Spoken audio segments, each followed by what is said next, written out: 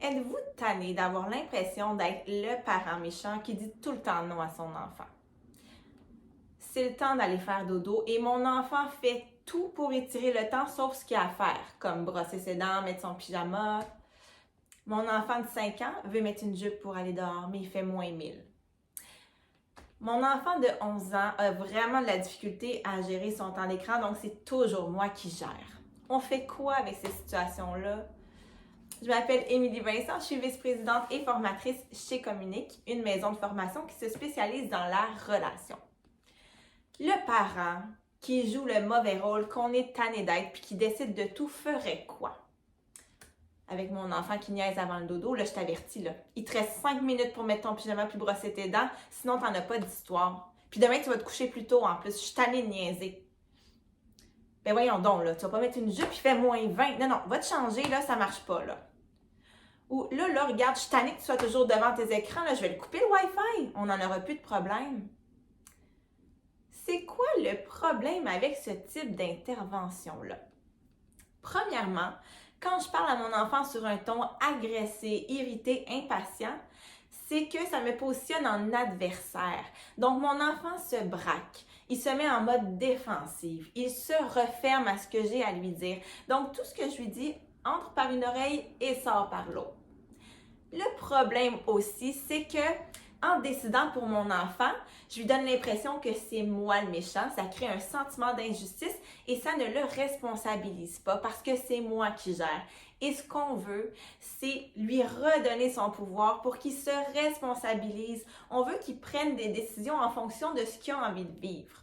Donc, comment faire pour redonner le pouvoir à mon enfant en l'encadrant?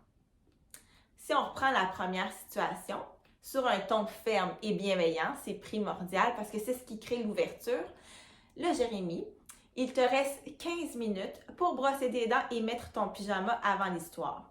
Est-ce que tu choisis de prendre plus de temps pour te préparer puis avoir moins de temps pour l'histoire ou tu préfères te préparer vite puis avoir plus de temps pour l'histoire? C'est toi qui décides. Ah, tu as envie de mettre une jupe aujourd'hui. Moi, je t'invite à aller faire un petit tour sur le balcon pour voir la température, puis après, tu pourras décider qu'est-ce que tu as envie de mettre aujourd'hui. Et dans ce cas-là, je peux mettre des repères visuels à mon enfant, entre quelle et quelle température elle peut mettre tel ou tel vêtement et vice-versa pour qu'elle puisse se repérer puis prendre une décision elle-même. Pour mon enfant de 11 ans qui a de la difficulté à gérer le temps d'écran, écoute, Antoine, tu as 10 heures de temps d'écran cette semaine. C'est toi qui décides comment tu l'utilises. Est-ce que tu en utilises un petit peu chaque jour ou tu en utilises pas beaucoup pendant la semaine puis tu en gardes beaucoup pour ta fin de semaine? C'est toi qui décides. C'est quoi la phrase clé dans ce type d'intervention-là? C'est toi qui décides. Ça veut dire quoi? Ça veut dire qu'il va décider quel genre de conséquences il se fait vivre et vous n'avez même pas besoin d'en rajouter parce que votre cadre a été mis dès le départ. Donc, c'est fantastique avec ce type d'intervention-là parce que vous devenez l'allié de votre enfant. On n'est plus son adversaire, on l'oriente et on le laisse expérimenter. Donc, c'est entre ses mains, c'est lui qui décide, c'est plus vous le méchant. Donc, si mon enfant prend une bonne décision, je le souligne. Hey, wow, tu t'es dépêché vite pour te préparer pour le dodo. On a le temps de 2 histoires. Tape là-dedans, génial.